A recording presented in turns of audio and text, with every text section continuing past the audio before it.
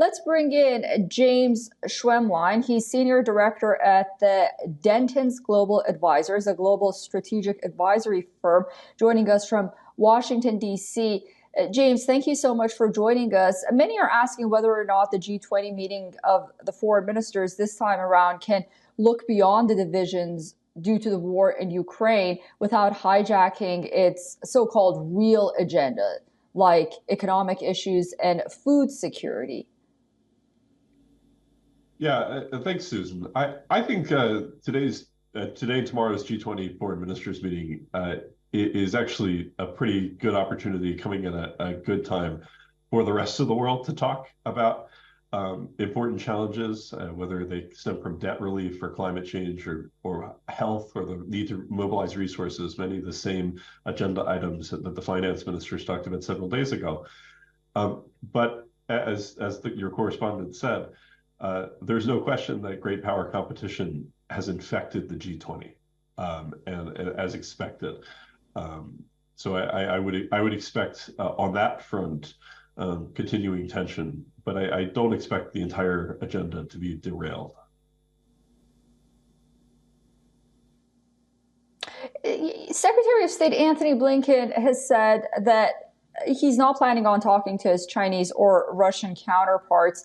And all three major powers, Russia, the US, and China, seem to be pulling in different directions. Given this scenario, do you think India perhaps can play some kind of negotiator, mediator, and bridge these gaps as president of the G20? And do you think that India is walking a tight diplomatic rope, to say the least? Yeah, I think there's no question that this is a challenging moment to host the G20. Global politics are never easy. There's always tension. There's always trouble somewhere, unfortunately. But this is an acutely difficult moment. There's no doubt. I first wanted to speak for a second about the U.S. kind of plan for this, and the reason I wanted to say that is I don't think 2 months ago at the start of the year. I don't think Washington or Beijing had intended for there still to be this ongoing diplomatic kind of standoff. There had been hopes for Secretary Blinken to visit Beijing weeks ago. Of course, that was derailed by the Chinese balloon incident. Secretary Blinken did meet with Chinese counterparts last week in Munich at the Munich Security Conference. So there has been a reinitiation of some contact, but I wouldn't expect an immediate return to high-profile bilateral diplomacy between the U.S. and China.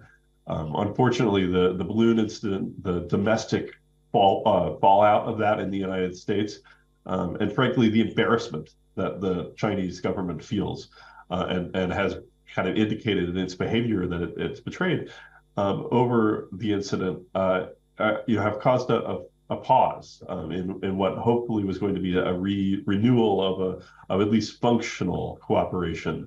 There are still acute U.S.-China tensions in a range of fronts, not over Taiwan, as CIA Director Burns said over the weekend, Chinese consideration of potential supply for Russia's war in Ukraine.